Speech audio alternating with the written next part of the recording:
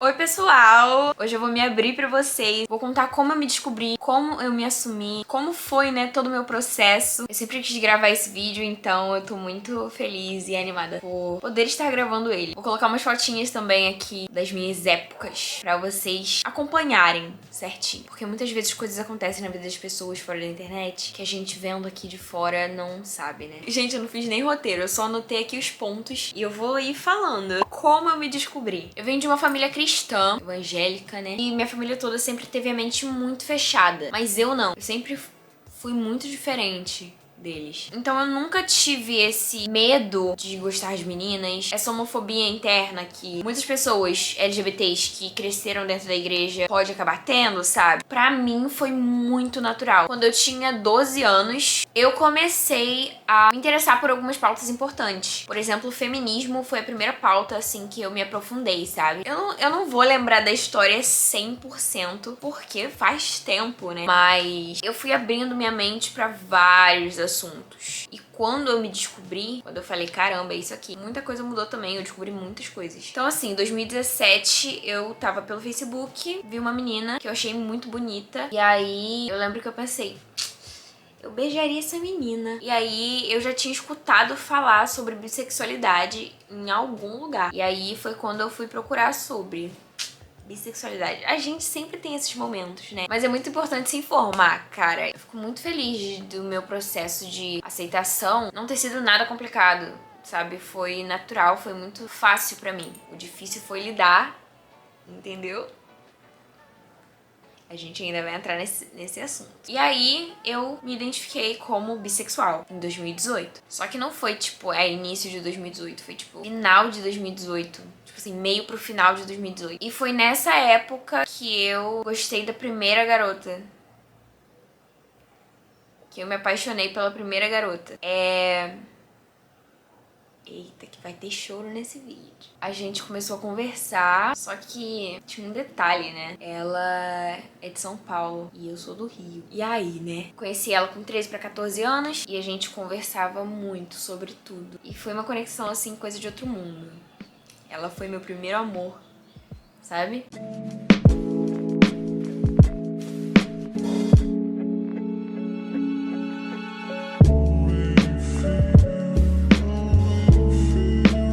Só que eu nunca nem tinha beijado uma garota. Eu me apaixonei por ela, assim, sem nem ter visto pessoalmente, sem nenhum toque, sem nada. E foi eu que pedi ela em namoro. No final ela aceitou. Uns meses depois, minha mãe pega meu celular. Eita, que delícia! Que isso aqui? Pois é, menina. Surpresa. Eu nunca tive a oportunidade de me assumir. Eu nunca tive a chance de, tipo, chegar e falar, olha, tal. Não tive. Minha mãe viu umas mensagens com ela, não era nada demais, era só conversas normais. Só que o apelido dela, salvo no meu WhatsApp, tava Amor, eu acho. E aí, filha, como é que explica? Como eu cresci em uma família cristã, foi muito complicado. No dia que eu tive que me assumir, eu não lembro o que aconteceu direito, mas eu lembro que minha mãe mandou eu sentar no sofá. Eu tava num sofá aqui, ela tava do outro lado. E aí ela perguntou alguma coisa pra mim sobre. E aí ela perguntou se eu era lésbica. Não, ela não perguntou se eu era lésbica. Ela afirmou que eu era lésbica. E aí eu falei que eu era bissexual. O momento em que eu me afirmei bi foi quando tudo explodiu, assim. Foi uma gritaria, uma choradeira, uma coisa. Esse dia foi bem pesado, assim. São detalhes do dia, assim, que aconteceram que eles não devem nem lembrar, sabe? Mas eu lembro. Entendeu? Porque é um assunto muito delicado e aquilo causa coisas na gente, sabe? Muito do que aconteceu naquela época colaborou pra que eu me tornasse a pessoa que eu sou hoje. Não digo isso de uma forma ruim, porém tiveram coisas que influenciaram pra que eu vou ser bem transparente nesse vídeo, que eu tô contando a minha vivência e a minha experiência. Então, esses detalhezinhos do que aconteceram na época contribuíram pra que hoje, por exemplo, eu não me sinta confortável pra me abrir pra minha família, eu não me sinta tão próxima deles, sabe? Assuntos pra uma terapia. Sim. E aí, naquela época, minha mãe tinha uma mente mais fechada.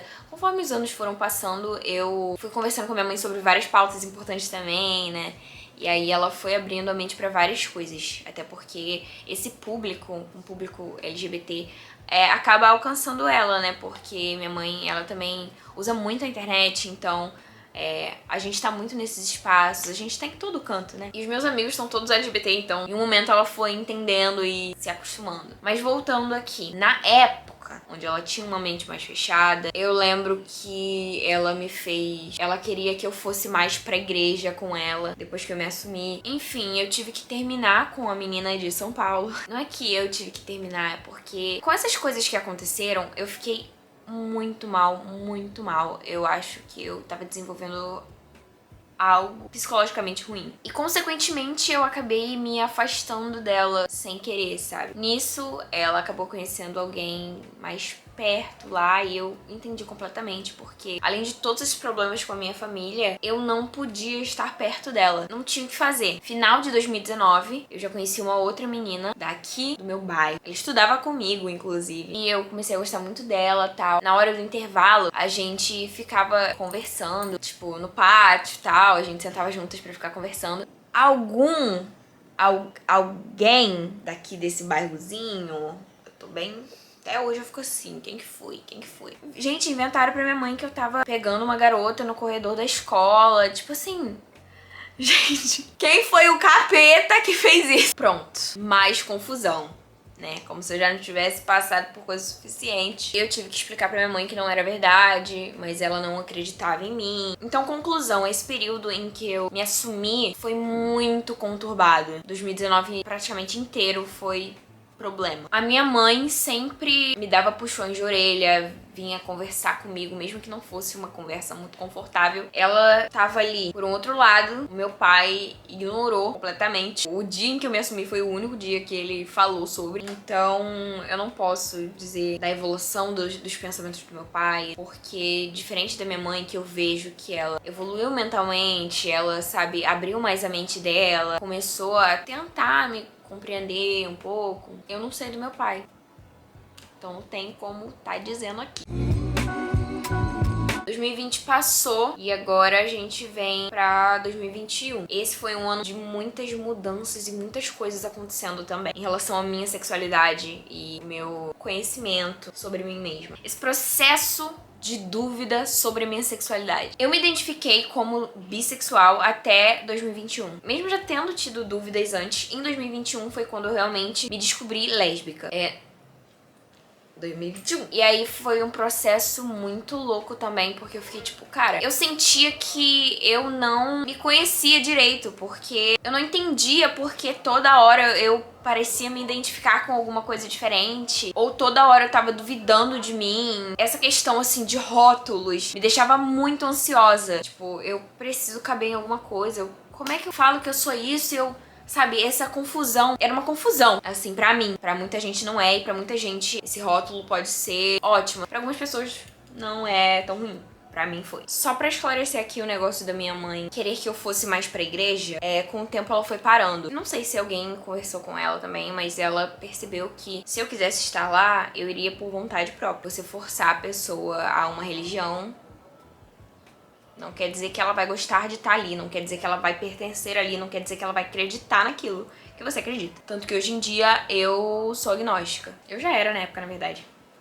Há muito tempo já. Processo de dúvida sobre a minha sexualidade. Voltando aqui. Como eu me descobri lésbica nessa época, eu acabei tendo vivências. É uma loucura, assim, ter vivenciado isso. É realmente muito solitário. O meu ciclo de amizades estava constantemente falando sobre homens. Eu me sentia muito deslocada. Gente, o final do meu ensino médio foi um inferno. Tipo assim, eu não via a hora de sumir dali. E aí ter que ir pra lá e estar em um ambiente completamente heteronormativo. E a única amiga que eu tinha na escola nessa época era hétero. E estarem, assim, em um ambiente muito heteronormativo, os meus amigos de fora também, eles estavam constantemente falando sobre relacionamentos e relações com homens, então eu ficava, tipo assim, é desconfortável, você se sente sozinha. E nessa época, o que me ajudou muito foram os livros e o podcast da Elaine, gente. Eu tenho um carinho muito grande por essa autora até hoje. O podcast dela, Lésbica Ansiosa, me ajudou muito. E se você estiver passando por isso, ou se você quiser escutar sobre, eu indico muito, tá? Tem no Spotify. Voltando aqui, início pro meio de 2021, eu me identifiquei como lésbica e eu não quis ter que me assumir de novo. Porque, tipo, mano, foi péssimo quando eu me assumi bissexual. Aí, nesse meio de 2021, eu voltei a ficar confusa sobre a minha sexualidade. A heterossexualidade compulsória pode estar presente na sua vida de diversas formas. Pra me entender como uma mulher lésbica na época, eu tive que entender muito sobre o que era a heterossexualidade compulsória e como ela estava presente ali na minha vida. Por exemplo, validação masculina era uma coisa que eu procurava muito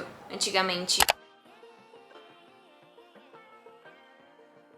Teve uma época da minha vida também que a minha atração por homens se baseava muito em homens fictícios, ou, por exemplo, muito difíceis de alcançar. É importante dizer aqui, isso foram coisas que eu percebi em mim e que eu realmente vi, mas não quer dizer que só porque você sente muita atração por homens famosos que você não, mas naquela época eu não me via com homens. É importante lembrar aqui, gente, que a sexualidade é fluida. Então, sempre vai existir a possibilidade da sua sexualidade mudar, fluir, né? Eu acho que o fato de eu sentir que eu precisava de rótulos, tipo assim, qualquer mínima coisa que acontecia, nossa, sentia atração por um cara, eu já ficava, ué, então não sou, sabe? E me deixava ansiosa isso. Aí foi quando eu comecei a entender completamente esse fato, sabe? De que a sexualidade é fluida. E de que você não precisa se identificar com aquela sexualidade pro resto da sua vida, entendeu? Ela pode fluir, ela pode mudar, sem falar que eu estava ali na minha adolescência, né? Tipo assim, 16 anos é um momento assim onde você tá mais se conhecendo. Quando eu comecei a entender que a minha sexualidade pode fluir, que eu não preciso me sentir mal por isso, foi quando eu comecei a dizer que eu sou queer. Hoje em dia eu me reconheço como uma pessoa queer. Se alguém me perguntar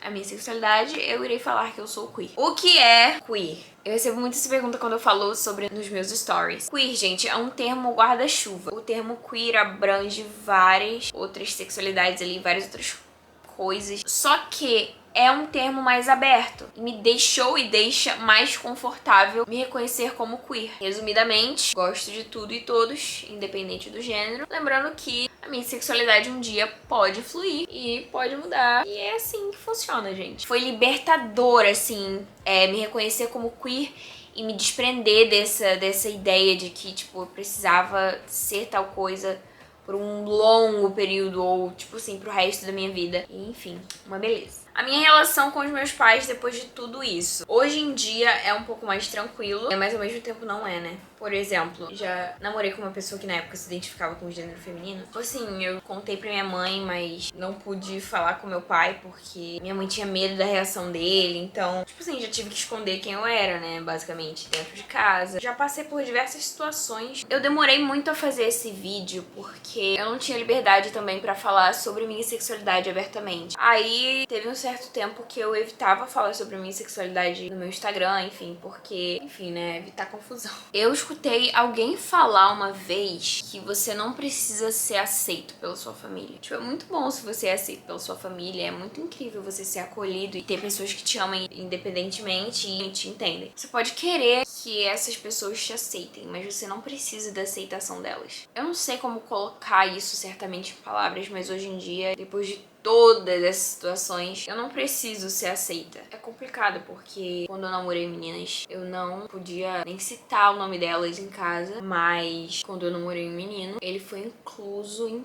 tudo automaticamente. Isso me deixou extremamente mal. São situações assim que são muito difíceis de lidar, mas você vai crescendo e você vai criando a sua própria vida. Você não precisa depender da aceitação dessas pessoas e você não precisa depender da visão delas. Me descobri com 13 anos, hoje eu tenho 18 e eu criei a minha própria liberdade. Eu sou quem eu sou. Eu não escolhi ser assim e eu não preciso que a minha família me aceite. Quero que eles me respeitem. Eu quero que eles respeitem a pessoa com quem eu estiver, mas hoje em dia eu não espero uma inclusão e uma aceitação. Isso acho que é muito do meu pessoal mesmo. E a minha liberdade agora, finalmente, está completamente nas minhas mãos e finalmente. Só depende de mim. É isso, gente. É basicamente essa a minha história de como eu me descobri, de como eu me assumi, como foi para as pessoas aqui da minha família, para mim também, sobre minha confusão em relação à minha sexualidade, a rótulos. Esse era um vídeo que vocês também sempre pediam para eu fazer, então eu espero que eu consiga ter contado a fofoca direitinho. Para vocês que me assistem e passam por situações ruins, vai melhorar. A sua vida é sua e de mais ninguém. A sua liberdade é sua e de mais ninguém.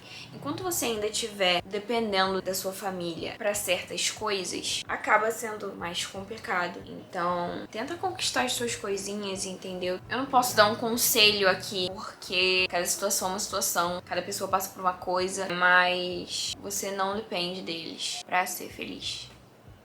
Tá bom? Compreenda que a sua sexualidade flui e com o tempo você muda e vai se conhecendo cada vez mais. Me conta aqui como foi o processo de vocês. Eu tô curiosa também. Acho que é isso. Se eu não lembrar, se eu esqueci de alguma coisa. Um beijão. Tchau, tchau.